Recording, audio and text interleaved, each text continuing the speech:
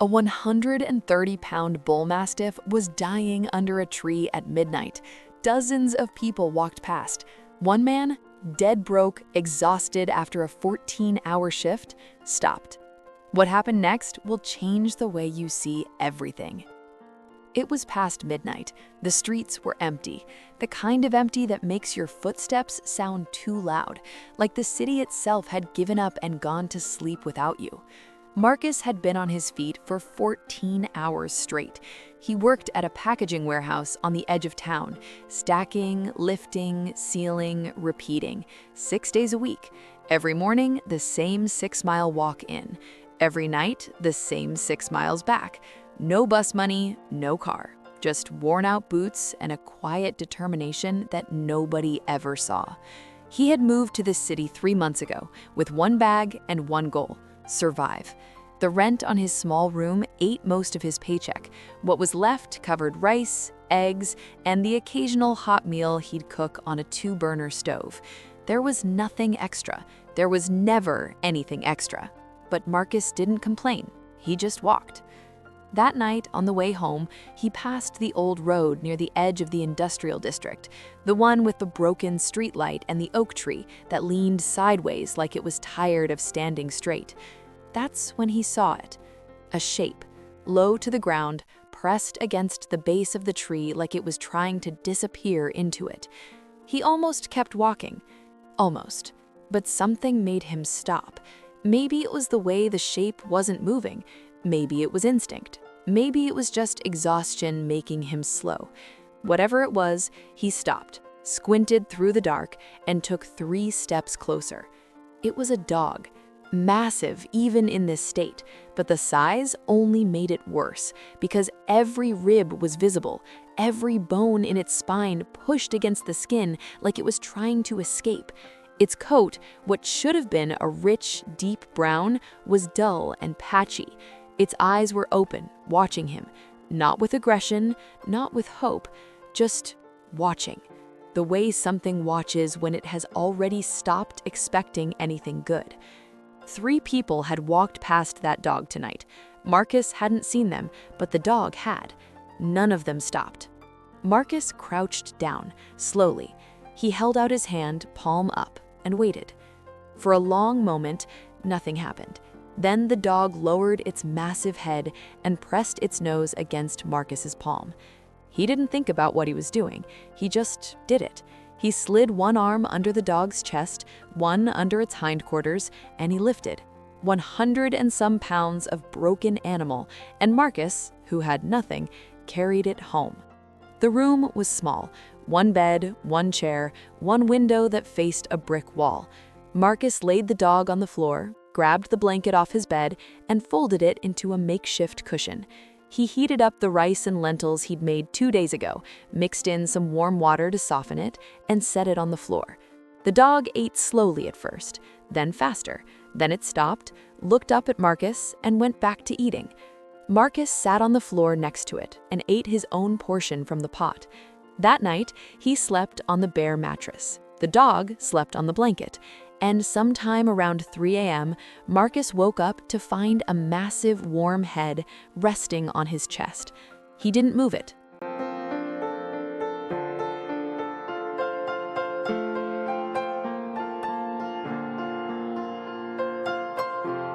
The next morning was a problem. Marcus couldn't bring the dog to work. He couldn't leave enough food. He couldn't afford any of this, and he knew it. He stood at the door for a full minute, hand on the knob, looking back at the dog sitting in the middle of the room, watching him with those same steady eyes.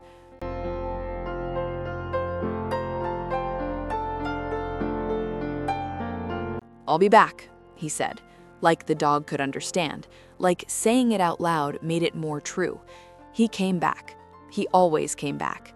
And every single evening, before he could even get his key out of the lock, he'd hear it, a low rumble of excitement from inside, claws on the floor, and then the door would open and 70 pounds of barely contained joy would hit him like a freight train. Paws on his chest, tongue on his face, the kind of greeting that makes a 6-mile walk feel like nothing.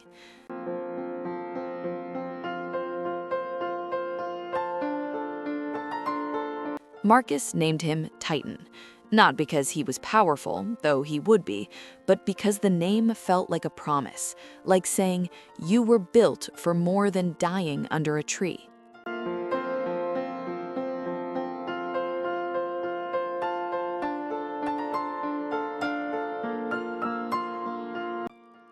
Living with Titan was not easy.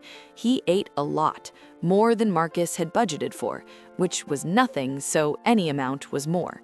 Marcus started taking extra shifts, saying yes to every hour of overtime, not just for himself anymore, for the dog snoring on the blanket at home.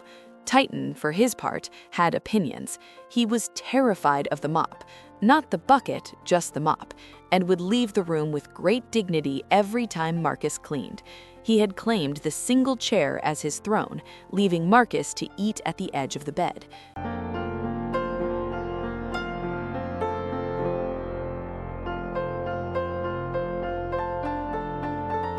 But on the worst nights, when Marcus came home late and silent, Titan would climb up next to him and just stay.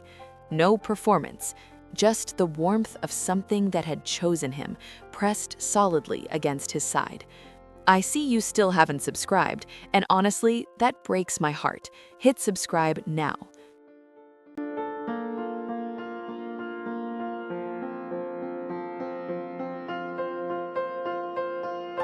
Four months later, Marcus got the promotion. First thing he did, he took Titan to the vet. The vet examined him carefully, then stopped. "Do you know what kind of dog this is?" Marcus shook his head. "I just found him. He needed help." She set down her clipboard.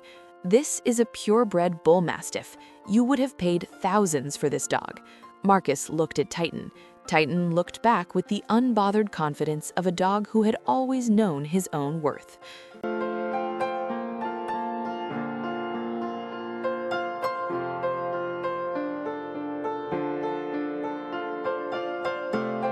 "Dodd gave you this dog for free," she said quietly, "and you almost walked past him." "I almost did, but he didn't." That's the thing about kindness. It rarely feels heroic. It feels inconvenient, heavy, expensive when you can't afford it. But Titan didn't care about any of that. He just knew that one man stopped, and that was enough. Was this love or was this fate? Could you have walked past? Tell me in the comments.